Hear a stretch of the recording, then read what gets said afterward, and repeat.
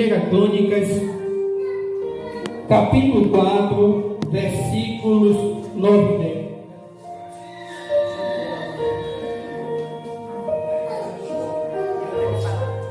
Primeira Crônicas, capítulo 4, versículo 9 e 10.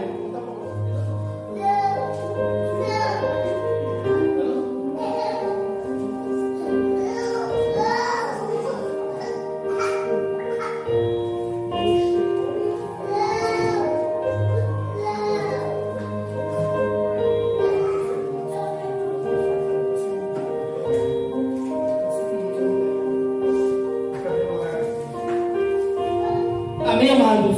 Vamos adiantar um pouquinho por causa do horário, mas eu espero vocês. 1 Crônicas, capítulo 4, versículos 9 e 10.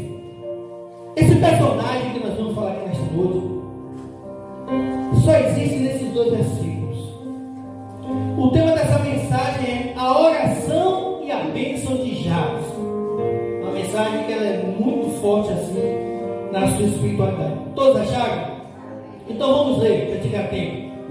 Diz assim, 1 Crônicas, capítulo 4, versículo 9, diz assim: E Jabes foi mais ilustre do que seus irmãos. E sua mãe chamou o seu nome Jabes, dizendo: Porquanto com dores o dei à luz.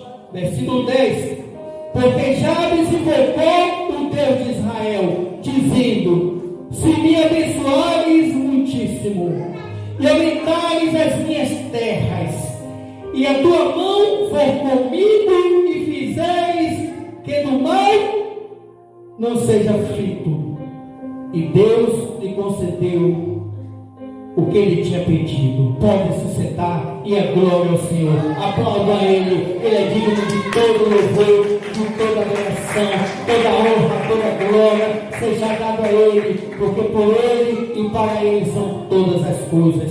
Louvado seja Deus. Amados, Jabes é um dos personagens mais fascinantes que tem na Bíblia. É fascinante a história de Jabes.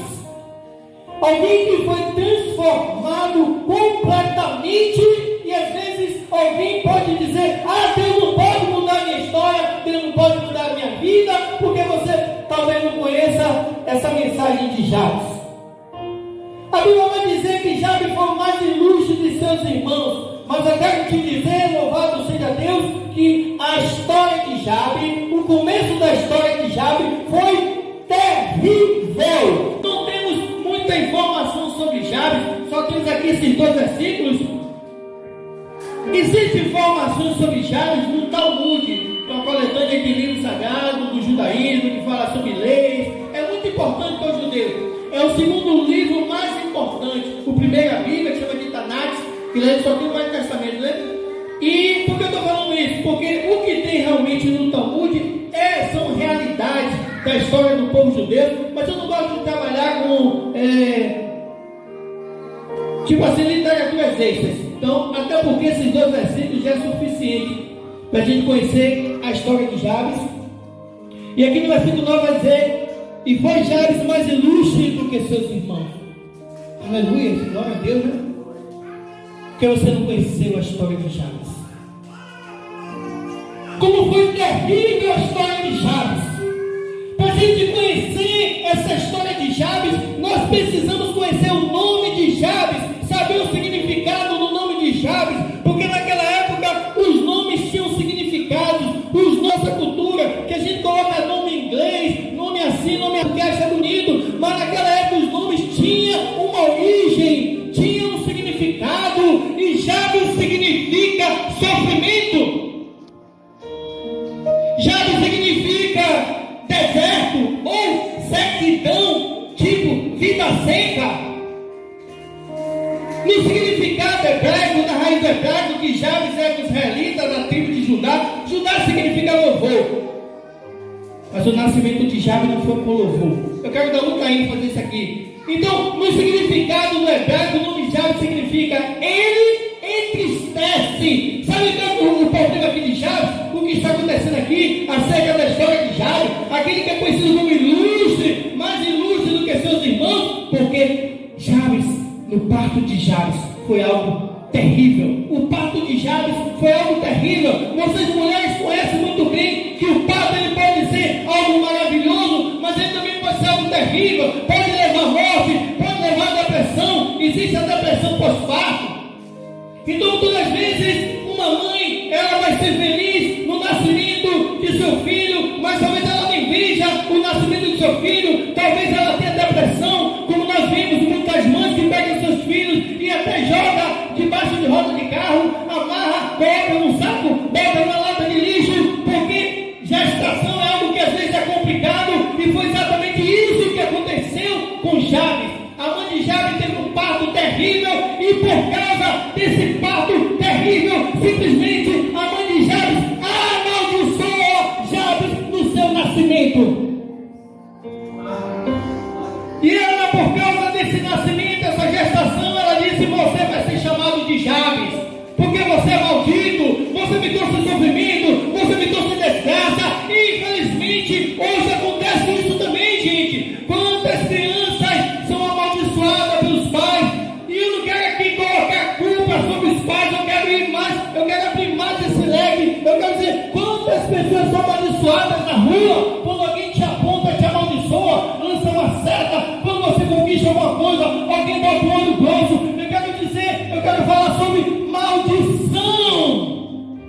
Então Jabes, ele não era essa pessoa ilustre. Jabes, ele, no seu nascimento, ele foi amaldiçoado, e o começo da história de Jabes era alguém que tinha uma vida seca, era alguém que o seu nome já lhe denunciava. Quando ele chegava perto, alguém dizia: vem vida seca, vem aquele que entristece, vem um deserto, vem um João Ninguém, e as pessoas se saem de perto.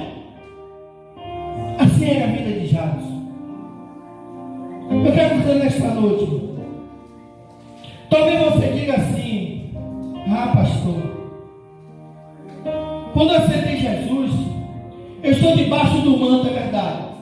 Mas não pense você que a maldição pode te alcançar, que uma inveja pode te alcançar, que uma palavra de morte pode chegar na sua vida, que o mal pode chegar na sua vida. Deus pode até permitir, mas são condições. Você não pode aceitar isso, porque se você acha que você está blindada pelo manto sagrado, você está enganado, você está enganada. Deus quer ação. Deus não vai ter um policial ali presente que vai ficar o tempo todo guardando você, livrando você de ataques, livrando você de cair em buraco, livrando você de tropeçar. Deus, ele vai criar você com independência. Deus vai ensinar você a caminhar. Então, dentro desse contexto, dessa característica que Deus forma em nossas vidas, nós vamos passar por alguns problemas, talvez desagradáveis.